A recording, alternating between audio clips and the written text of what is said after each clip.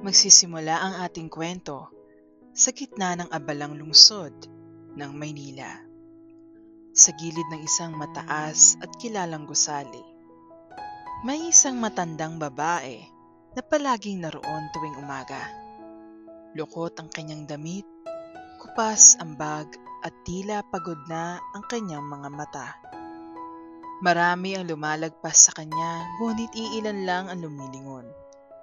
Mas madalas, tinatawanan siya, pinanidirihan at pinubulungan. Yan yung sinasabi nilang mangkukulam, di ba? Bulong ng isang babaeng naka-high heels habang kausap ang kanyang kaibigan.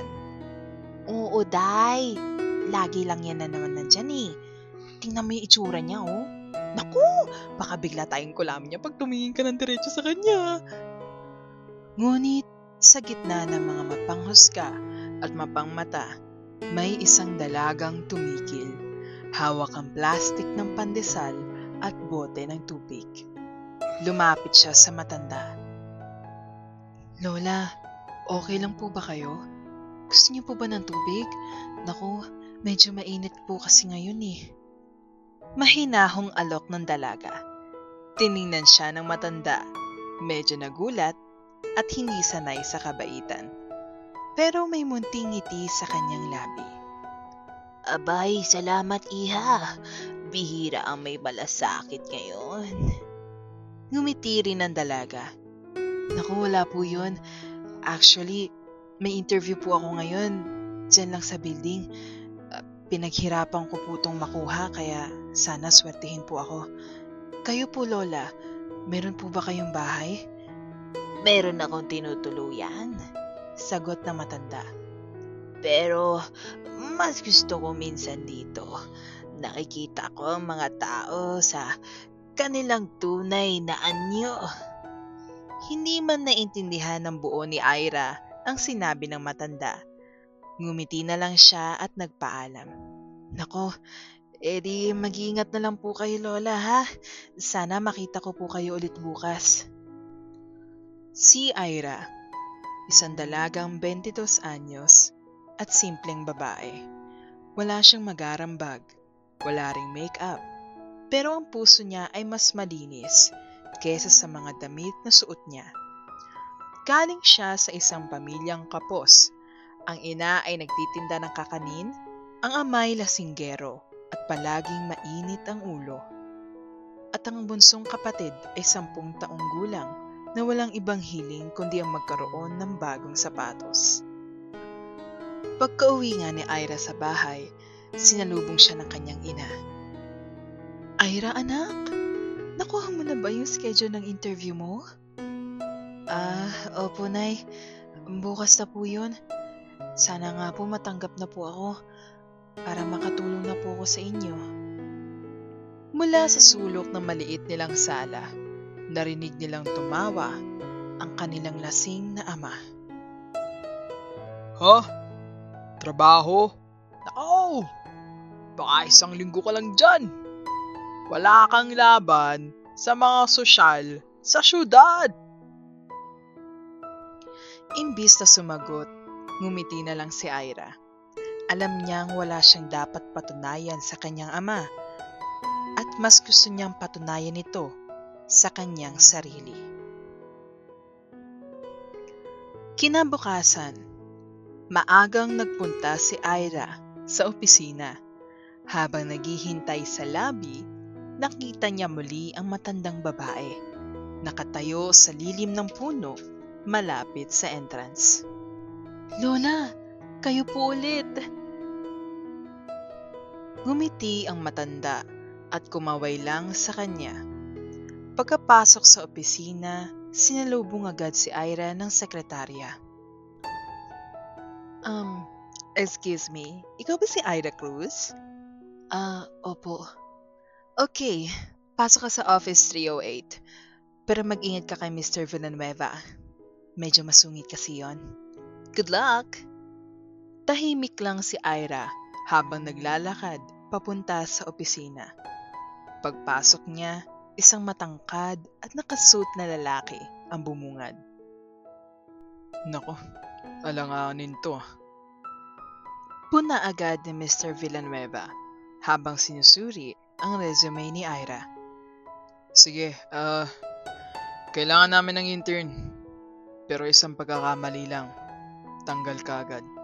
Ayoko ng palpak ha. Tumango lang si Ira.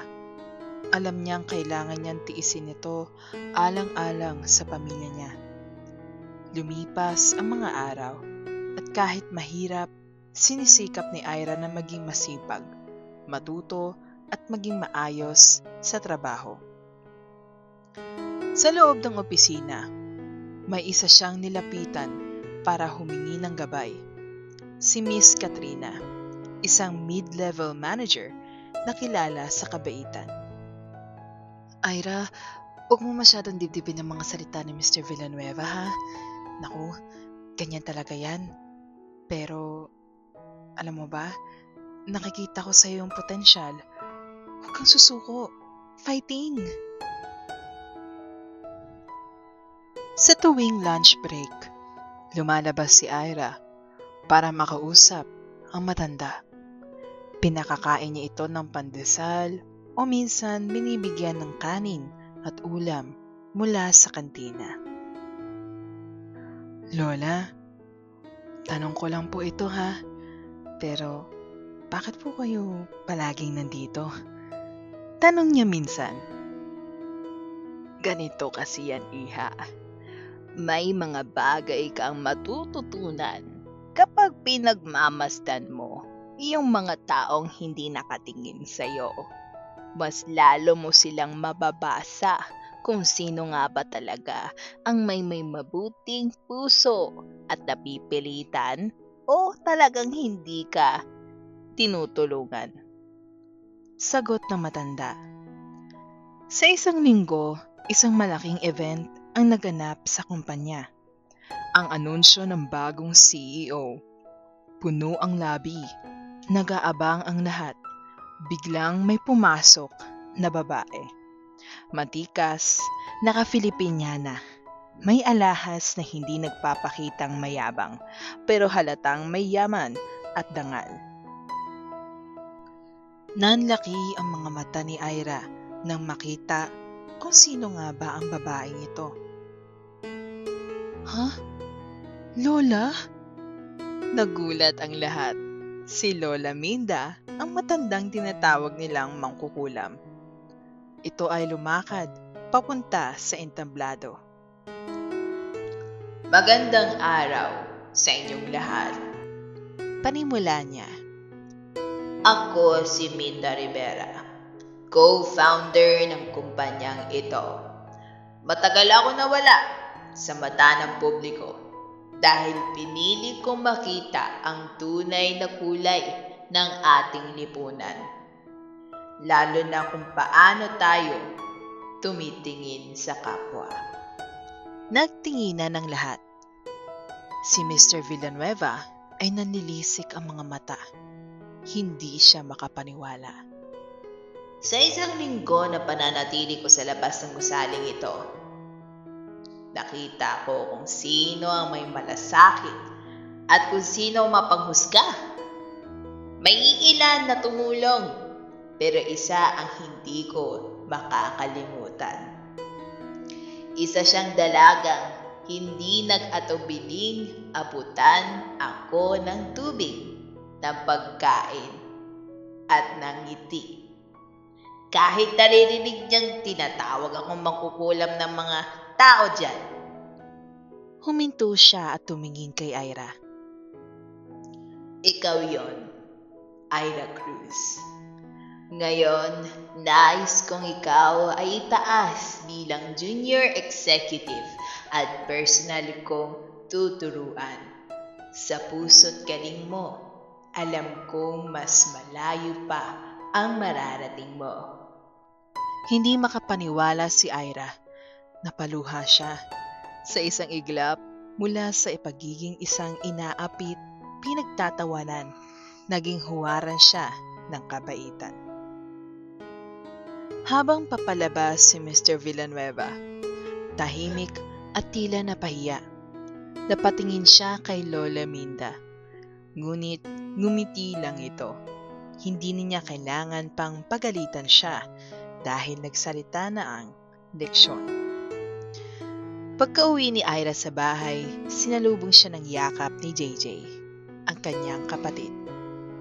Ate, manager ka na raw? Wow! Bili mo na ako ng bagong tsinelas ha? Ngumiti si Ira, sabay haplos sa buhok ng kapatid. Oo naman bunso, pero hindi lang yun. Mula ngayon, dapat nating matutunan na ang tunay na ginto ay hindi laging kumikinang. Minsan, nasa lumang damit, nasa mahinang tinig, nasa ngiting pilit na binabaliwala ng mundo. Lumipas ang ilang buwan matapos ang anunsyo ni Lola Minda bilang CEO. Si Ira ngayon ay nakadesenteng suot, hawak ang kanyang ID bilang junior executive ng kumpanya.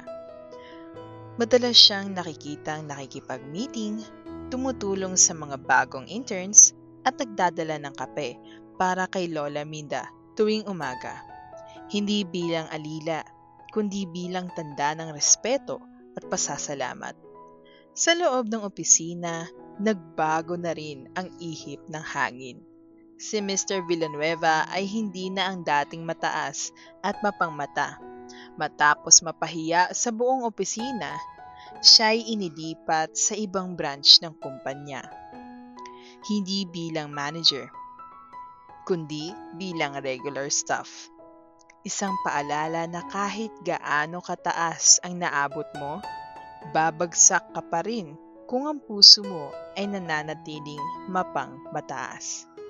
Samantala, sa maliit nilang bahay, hindi nasing ingay ang gabi. Si Mang Rudy na dating lasenggero at palaging galit ay tila natauhan. Nakita niya kung gaano nagsikap si Ira para iahon sila. Unti-unti siyang natutong magbawas ng alak at sa unang pagkakataon, matapos ng maraming taon, niyakap niya ang kanyang anak ng buong puso. Ira, patawad kung hindi ako naniniwala sa iyo noon. Sabi niya habang pinupunasan ang mga mata. Okay lang po, Tay. Basta po ngayon, kasama ko na po kayo sa pagbabago. Sagot ni Ira habang nakangiti. At si Lola Minda, sa kabila ng kanyang kapangyarihan at kayamanan, ay mas masaya lang sa simpleng pakikipag-usap tuwing hapon kay Ira. Dahil sa puso niya, si Ira ang paalala na kahit ang pinakakaraniwang tao ay maaaring maging inspirasyon ng maraming iba. Tunay ngang, ang tunay na yaman, puso ang batayan, hindi ang itsura o kasuotan. Kung nagustuhan nyo ang kwentong ito, sana'y may naiwang aral sa inyong puso. Paalala lang na sa mundong madalas humusga base sa panlabas, mas mahalaga pa rin ang kabutihang dala ng ating kalooban. Ito nga pala ang halo-halo stories o kwento. At alam kong maikli pa lang ang mga kwento ko sa ngayon, pero pinapangako ko na pagbubutihin ko pa ang paggawa ng mga kwento sa mga susunod na mga episodes. Thank you so much sa pakikinig at pagsuporta. Huwag kalimutang i-like, i-share at mag-subscribe para sa mas marami pang kwentong kapupulutan ng aral. At tandaan, ang tunay na yaman ay nasa kabuntihang puso, hindi sa kinang na panlabas na anyo. Goodbye!